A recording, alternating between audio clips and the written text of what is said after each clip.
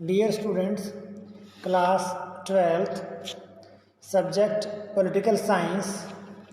Part 1, स्वतंत्र भारत में राजनीति, chapter 2, era of one party dominance, यानी एक दल के प्रभुत्व का दौर। तो विद्यार्थियों, आज की इस कक्षा में हम पढ़ेंगे कि जब देश को आज़ादी मिल गई, उसके बाद देश की संविधान सभा ने भारतीय गणराज्य के लिए संविधान का निर्माण किया और वो संविधान अंततः 26 जनवरी 1950 को लागू कर दिया गया। तो कहने का अभिप्राय कि भारतीय संविधान बनाने में 2 वर्ष 11 महीने 18 दिन का समय लगा और संविधान द्वारा भारत को एक प्रभुसत्ता संपन्न लोकतांत्रिक गणराज्य घोषित किया गया, अर्थात एक ऐसा गणराज्य जिसमें जनता द्वारा चुने हुए प्रतिनिधि जनता के लिए सरकार चलाते हैं। देश में एक लोकतंत्रीय सरकार की स्थापना करना आवश्यक था, यानी इस समय यह जरूरी था कि पूरे देश का शासन जनता द्वारा चुनी गई एक सरकार के हाथ में हो। और उस समय दलीय व्यवस्था प्रत्येक राजनीतिक व्यवस्था का अभिन्न अंग होती थी, परंतु लोकतंत्रीय व्यवस्था में इसका विशेष महत्व होता है और विभिन्न विचारधाराओं वाले व्यक्तियों को अपने अपने राजनीतिक दल बनाने तथा अपने विचारों को प्रसारित करने की आज़ादी होती है। यानी लोकतांत्रिक देश में किसी भी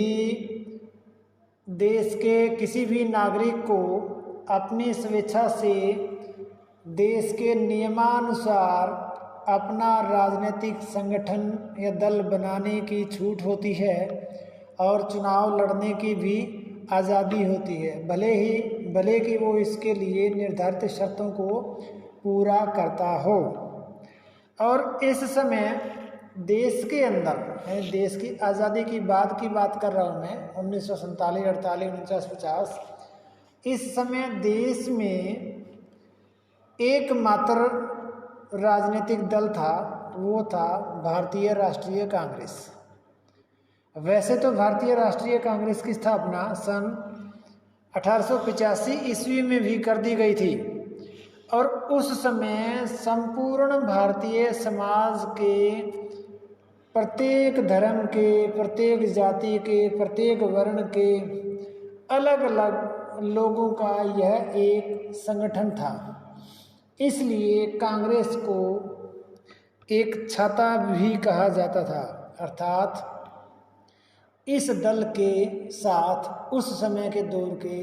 सभी प्रकार के विचारधाराओं वाले लोग मिलकर आगे बढ़ रहे थे और अंग्रेजी शासन के खिलाफ अपनी आज़ादी की लहर चलाए हुए थे। और कांग्रेस एक ऐसा दल है